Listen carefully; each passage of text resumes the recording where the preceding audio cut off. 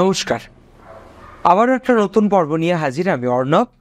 আর আমার সঙ্গে যিনি রয়েছেন আপনাদের খুব কাছের মানুষ, খুব প্রিয় মানুষ, যার কথা শোনার জন্য, যার দেখানো পথে চলার জন্য আপনারা অধীর আগ্রহে বসে থাকেন। আমাদের সঙ্গে রয়েছেন শান্তনুদা। শান্তনুদে নমস্কার জানাই সকলকে। শান্তনুদা, আমরা তো এক এক দিন এক একটা বিষয় নিয়ে আলোচনা করি, কখনো পজিটিভ দিক নিয়ে আলোচনা করি, কোনো রাহু বা কেতু তার কী কী পজিটিভ দিক সেগুলো নিয়ে আমরা আলোচনা করি, বা এদের প্রভাবে আমাদের জীবনে কী কী পরিবর্তন ঘটতে পারে, কী কী প্রতিকার পেতে পারি আমরা সেগুলো নিয়ে আলোচনা করি। আজকে যে বিষয়টা নিয়ে আমরা আলোচনা করব সেটা হলো কেতু। কেতুকে নিয়ে আমরা অনেক সময় দুশ্চিন্তা করি। তো কেতুর প্রকোপে যদি মানুষ পড়ে তখন তার প্রফেশনাল ফিল্ডে তার কী প্রভাব পড়তে পারে সেটা একটু জানবো। দেখো, কেতু মানেই হচ্ছে কনফিউশন। তো কেতুর প্রভাব যদি পড়ে তাহলে কনফিউশন সৃষ্টি হতে পারে। প্রথমে আমরা নেগেটিভিটি দিয়ে আজকে শুরু করছি। কেতুর তো মাথা নেই, অর্থাৎ এই পঞ্চ ইন্দ্রিয়ের যে প্রভাব সেটা কিছুটা কমবে। পারফেকশন সেটা কমতে দেখতে পাওয়া যাবে। প্রত্যেকটা কাজের মধ্যে যে নিখুঁত একটা ব্যাপার থাকে, একটা সেন্স অফ পারফেকশন, কেতুর প্রভাব পড়লেই সেই পারফেকশন কিন্তু কমতে দেখতে পাওয়া যায়। এবার যদি কিছু স্পেশাল দিকে আমরা ভাবি, যখন আলটিমেট পারফেকশনে আসবো, যখন আমার ওপরে আমার পঞ্চ ইন্দ্রিয়ের কোনো প্রভাব নেই, যখন আমি একদম purest form of my thought সেখানে গিয়ে কাজটা করতে চাইছি, যেটা আমার আলটিমেট পারফেকশন, যেটাকে বাহ্যিক দিক থেকে কোনো কিছুই প্রভাবিত করতে পারে না, তখন ওই পাবো কেতুর সাপোর্ট। আমাদের কুণ্ডলিগুলিকে নির্দেশ করে আমাদের যে সপ্তচক্র রয়েছে, মূলাধার থেকে শুরু করে সহস্রার পর্যন্ত, এদেরকে ইন্ডিকেট করে কেতু। কেতু তাকে আমরা নেগেটিভভাবে দেখি, কিন্তু কেতুর যে তিনটে নক্ষত্র রয়েছে, প্রথমে রয়েছে অশ্বিনী, তারপরে রয়েছে মঘা, তারপরে মূলা, এই নক্ষত্রগুলো ভীষণ পাওয়ারফুল। এবং মঘা কেতুর দ্বিতীয় নক্ষত্র, সিংহ রাশিতে রয়েছে। এটা হচ্ছে আকাশের সবচেয়ে উজ্জ্বলতম নক্ষত্র। যে নক্ষত্রগুলোকে আমরা এই অ্যাস্ট্রোলজি ফিল্ডে ইউজ করি, অশ্বিনী থেকে শুরু করে রেবতী পর্যন্ত, এগুলো অ্যাকচুয়ালি নক্ষত্র নয়, এরা হচ্ছে নক্ষত্রপুঞ্জ। তো এদের সম্মিলিত জ্যোতি, মঘা কেতুর নক্ষত্র, তার জ্যোতি কিন্তু ম্যাক্সিমাম। ফলে যখন একজন জাতক বা জাতিকা কোনো একটা বিষয়ে আলটিমেট সাকসেস পেতে চলেছে, যখন তার কনসেন্ট্রেশন 100%, সেই লেভেলটাকে কিন্তু নির্দেশ করছে কেতু। যখন একজন মানুষ সাধনা করতে চাইছেন, যখন একজন মানুষ সম্মোহন বিদ্যা রপ্ত করতে চাইছেন, যখন কেউ একটা গোপন বিদ্যা রপ্ত করতে চাইছেন, কেউ একজন অ্যাস্ট্রোলজি শিখতে চাইছেন, কেউ হিলিং করতে চাইছেন, সেটা প্রাণিক হিলিং হতে পারে, এঞ্জেল হিলিং হতে পারে, রেইকি হতে পারে, সেই হিলিং প্রসেসটাকে যিনি অ্যাডপ্ট করতে চাইছেন, সবাই হিলিং শিখছে কিন্তু দুজন হিল করতে পারছে, এই দুজনের উপরে কেতুর প্রভাব থাকবে। এবং কেতু যেমন মানুষকে অবচেতন করতে পারে, ঠিক তেমনভাবেই কেতু কিন্তু মানুষকে অতি সচেতন করতে পারে। কে.এন. রাও তিনি বলে গেছেন, কম্পিউটার এডুকেশন এটাকে কন্ট্রোল করে কেতু। অর্থাৎ কম্পিউটার প্রোগ্রামিং, কম্পিউটারের যে হার্ডকোর প্রোগ্রামিং ল্যাঙ্গুয়েজ কিংবা মেশিন লেভেল ল্যাঙ্গুয়েজ, সেখানে কিন্তু কেতুর একটা ইম্প্যাক্ট রয়েছে। ফলে যখনই আমরা কোনো একটা প্রফেশন যেখানে ডেডিকেশন রয়েছে 100%, সেখানে কিন্তু কেতুর একটা কানেকশন দেখতে পাবো। কোনো দিকে মন যাচ্ছে না, কোনো দিকে চোখ যাচ্ছে না। যেমন ঘোড়া যখন চলে, ঘোড়ার চোখের পাশে এরকম দুটো গার্ড লাগিয়ে দেওয়া হয় যাতে এদিকে ওদিকে ঘোড়ার চোখ না যায়। এক্ষেত্রে কেতু কিন্তু এক্স্যাক্টলি সেই কাজটাই করে। যেটা আমার কাজ সেটা বাদ দিয়ে আর কোনো দিকে আমার নজর নেই, এই ব্যাপারটাকেই কন্ট্রোল করে কেতু। এই জায়গাটাই কেতুর নিয়ন্ত্রণে রয়েছে। সুতরাং যে কোনো পেশা, সেই পেশাতে যখন কোনো একটা সাবকনশিয়াস কন্ট্রোল দরকার, দুটো টিম রয়েছে, একজন কন্ট্রোল করছে আর একজন কাজ করছে। এই ফার্স্ট টিমের চিন্তা ভাবনা সেকেন্ড টিমের কাছে গোপন, এই গোপনীয়তা এটাকে কন্ট্রোল করছে কেতু। কোনো একটা শাস্ত্র, তার মধ্যে একটা হিডেন পার্ট রয়েছে, পড়তে পড়তে পড়তে পড়তে খুঁজে বার করলাম ওইটা, এই যে হিডেন পার্টটা, এই হিডেন পার্টটাকে কন্ট্রোল করছে কেতু।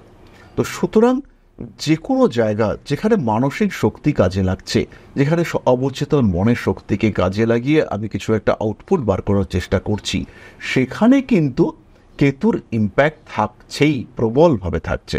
সুতরাং প্রফেশন যদি গোপন হয়, কিংবা প্রফেশনে যদি কোনো একটা হিডেন পার্ট থাকে, কিংবা বিদ্যাটাই যদি গুপ্ত বিদ্যা হয়, সেই ক্ষেত্রে কেতু ছাড়া গতি নেই। এরপর যে বিষয়টা একটু জানতে চাইব, রাহু এবং কেতুর সঞ্চার হতে চলেছে আমরা জানি, কুম্ভ রাশির ওপর তার কি প্রভাব পড়বে, মানে কুম্ভ রাশির জাতক জাতিকারা কি সাফার করবেন? কুম্ভ রাশি বা লগ্নের মানুষদের জন্য একদিকে তো 7.5 চলছে, কালপুরুষের একাদশ রাশি, সেখানে রাহু আসছে, বায়ুতত্ত্বের রাশি কুম্ভ, রাহুর ইম্প্যাক্ট অনেকটাই বেশি কুম্ভ রাশিতে। কুম্ভতে রাহু কিন্তু তার তেজ প্রাপ্ত হয়ে থাকেন, এবং আমরা দেখেছি কুম্ভতে যখন রাহু অবস্থান করেন তখন জাতক বা জাতিকার অ্যাগ্রেসিভ বিহেভিয়ার সেটা অনেকটা বাড়তে দেখতে পাওয়া যায়। যাই হোক না কেন, কুম্ভ রাশিতে রাহু আসছে, শরীর স্বাস্থ্যের দিকে খেয়াল রাখতে হবে। রাশিচক্রের প্রত্যেকটা রাশি এই রাহুর সঞ্চারে প্রভাবিত হচ্ছে, কিন্তু কেন জানি না আমার মনে হচ্ছে কুম্ভের ওপরের ইম্প্যাক্ট, নেগেটিভ ইম্প্যাক্ট একটু বেশি থাকবে। তবে জন্মকুণ্ডলিতে যদি রাহু একটু ব্যালেন্স সিচুয়েশনে থাকে, বৃহস্পতির দৃষ্টি রাহুর ওপরে থাকে, জাতক যদি কিছু এডুকেশন ওরিয়েন্টেড কাজকর্মের মধ্যে থাকে, সে যদি একটু সাধন মার্গে যাওয়ার কোনো মানসিকতা সম্পন্ন জাতক হয়ে থাকেন, সেই ক্ষেত্রে তার কিন্তু প্রবলেম অনেকটাই কম হবে। তবে কি কি হতে পারে? প্রথমত উগ্রতা বাড়বে, কিছু একটা করে ফেলবো, কিছু একটা করতেই হবে, হঠকারী সিদ্ধান্ত নেওয়ার মানসিকতা এটা বাড়বে।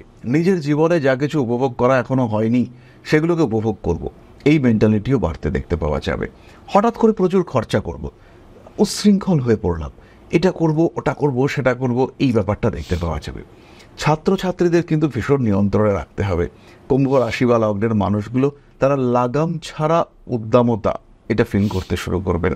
জীবনের যে উন্মনা বিহেভিয়ার সেটা পেতে চাইবেন, স্বাধীনতার 100% টেস্ট এটা করতে চাইবেন কুম্ভ রাশি বা লগ্নের মানুষরা।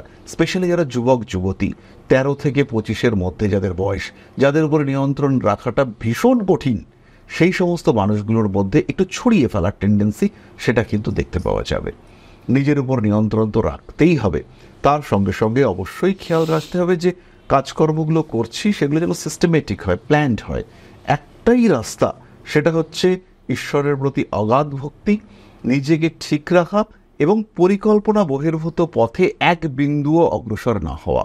বাবার শরীর স্বাস্থ্য খেয়াল রাখতে হবে, সন্তানের বিহেভিয়ার স্বাস্থ্য সেখানে খেয়াল রাখতে হবে, পড়াশুনোর দিকে ভীষণ নজর রাখতে হবে। এই সময় না কুম্ভের ক্ষেত্রে কিছু ট্রান্সফরমেশনের চান্স আসবে, কিছু সুযোগ। চাকরি করছি, 15,000 টাকা মায়না, একজন সে ব্যবসার একটা অফার দিল, যে অফারে এই স্যালারির 20 গুণ টাকা পেতে পারি, যে মাসে 3 লাখ টাকা আয় হবে। তো সেইখানে এই 15,000 টাকার চাকরি ছেড়ে দিয়ে ছেলেটি চলে গেল সেই 3 লাখ টাকার আয় করার রাস্তায়। দেখা গেল 3 লাখ তো পেল না, 15,000 গেল। মাঝখান থেকে সেই বিজনেসটাকে দাঁড় করাতে গিয়ে একটা ইনভেস্ট করেছিল, সেই ইনভেস্টমেন্টটাও মারাত্মকভাবে ডুবে গেল। ফাটকা টাকা পয়সা সেটা আসতেই পারে, তবে সেই দিকে তাকানো এবং নিজের সব কিছু ছেড়ে সেই দিকে তাকানো সেটা কিন্তু করা যাবে না। আরেকটা বিষয় বলবো, প্রতারিত হওয়ার সম্ভাবনা মারাত্মক বেশি, কারণ এই সময় অতৃপ্তি চরম লেভেলে থাকবে।